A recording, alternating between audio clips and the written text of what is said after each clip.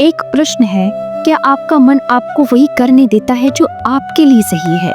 अगर उत्तर नहीं है तो आज हम मन की सबसे खतरनाक आदत को देखने वाले हैं। अक्सर हम खुद से कहते हैं मेरा मन कमजोर है, मैं चाहकर भी सही नहीं कर पाता, मेरे अंदर ही कमी है।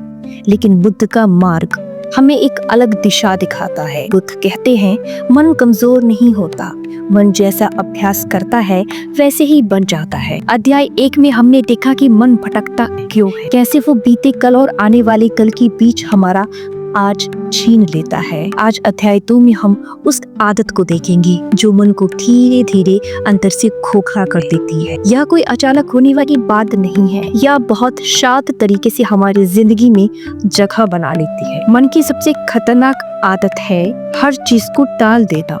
ध्यान से सुनिए, मन कभी जोर से मना नहीं करता, वो कभी यह नहीं कहता मत कर। मन बहुत शालीन है, वो बहुत समझदार लगता है। वो बस कहता है अभी नहीं, थोड़ा बाद में, आज थक गए हैं, कल ज्यादा अच्छा करेंगे।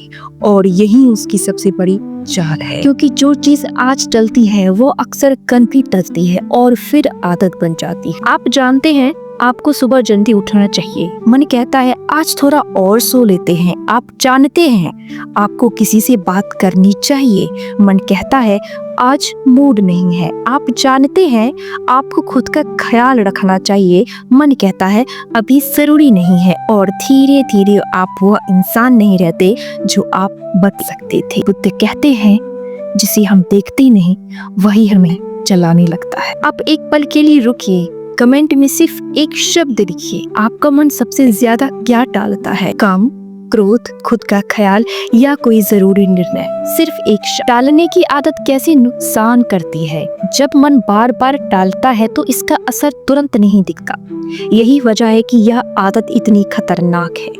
धीरे धीरे आपका आत्मविश्वास कम होने लगता है, आप खुद पर कम भरोसा करने लगते हैं। आप सोचते हैं मैं शुरू तो करता हूँ पर पूरा नहीं कर पाता। फिर आप खुद से दूरी बनाने लगते हैं, बाहर से सब सामान्य लगता है, आप हंसते हैं, आप काम करते हैं, लेकिन भीतर एक खालीपन बनने लगता है। ध्यान से सुनिए, मन आपको एक दिन में नहीं हराता, वह आपको हर दिन थोड़ा थोड़ा कमजोर करता है और यही सबसे खतरनाक है। बुद्ध की दृष्टि से बुद्ध मन को दुश्मन नहीं कहते, वे कहते हैं मन एक औजार है, लेकिन औजार अगर मालिक बच जाए तो जीवन अव्यवस्थित हो जाती है। बुद्ध कहते हैं मन वही बच जाता है जिसका अभ्यास किया जाता है।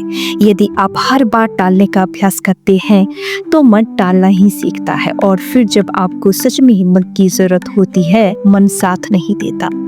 मन को हराना नहीं होता, मन को दबाना नहीं होता। बुद्ध का मार्ग संघर्ष का मार्ग नहीं है। बुद्ध कहते हैं देखो, पहचानो और मत बहो।